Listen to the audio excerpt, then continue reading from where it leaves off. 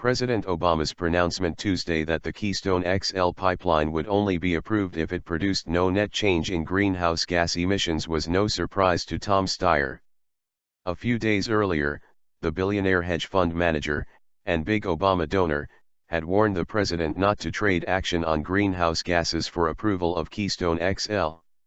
The warning was delivered as Steyer launched a summer-long social media campaign We Love Our Land, with a goal to kill Keystone and keep Canadian oil bottled up in the tar sands.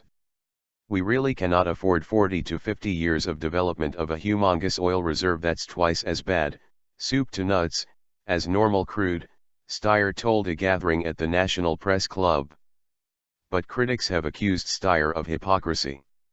27 years ago, he founded Farallon Capital, which built much of its wealth on shrewd investments in fossil fuels. Farallon made millions for its investors, and left Steyer with a net worth estimated by Forbes at $1.4 billion. One of Farallon's biggest holdings is in U.S. pipeline company Kinder Morgan, which has plans to expand a major competitor to Keystone, the TransMountain pipeline. It carries tar sands oil from Edmonton to British Columbia's west coast for export to Asia.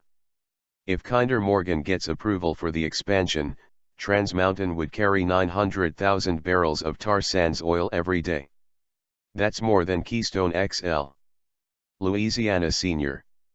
David Vitter, a vocal proponent of Keystone, accuses Steyer of having financial interest in the death of a pipeline he opposes on environmental grounds.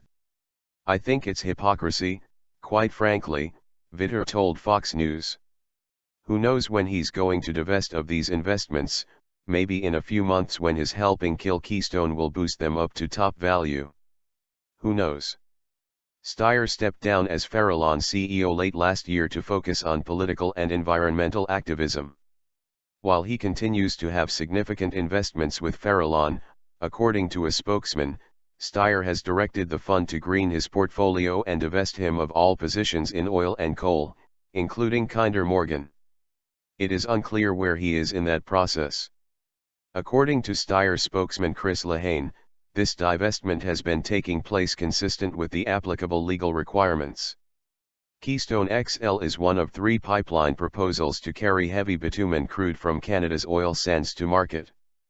The others are TransMountain and Northern Gateway, which would carry oil from Edmonton to Kitimat, British Columbia. It appears that Northern Gateway will not be approved. If Keystone XL is killed, it will leave TransMountain as the only game in town for transporting oil directly from the tar sands to export terminals. And most of that oil will head west to Asia. Steyer makes the case that since the Northern Gateway pipeline likely won't be built, there is no competitive reason to build Keystone. He also argues that not building either will limit oil production in the tar sands and will effectively contain the production of greenhouse gases.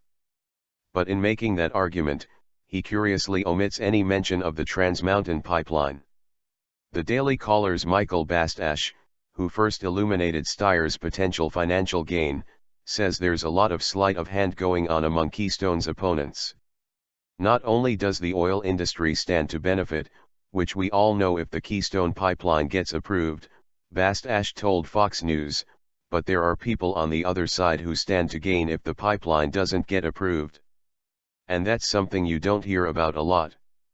Steyer and other environmentalists insist Keystone XL will dramatically increase the production of greenhouse gases. Nebraska Republic. Lee Terry, though, says while tar sands oil is heavier than that from other sources, it would eliminate the need for some imports, including heavy crude from Venezuela.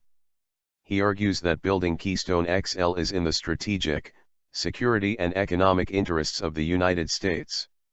What's being killed is our access to the oil sands, which is the 3rd largest oil pool in the world, Terry told Fox News. It would completely offset Venezuelan oil, so it's our energy security, it's the jobs that would be created.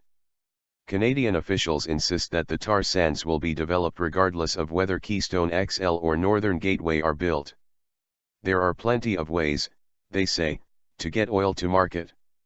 Supporters of Keystone argue that those methods, ship, rail and truck, produce far more greenhouse gases than a pipeline ever would.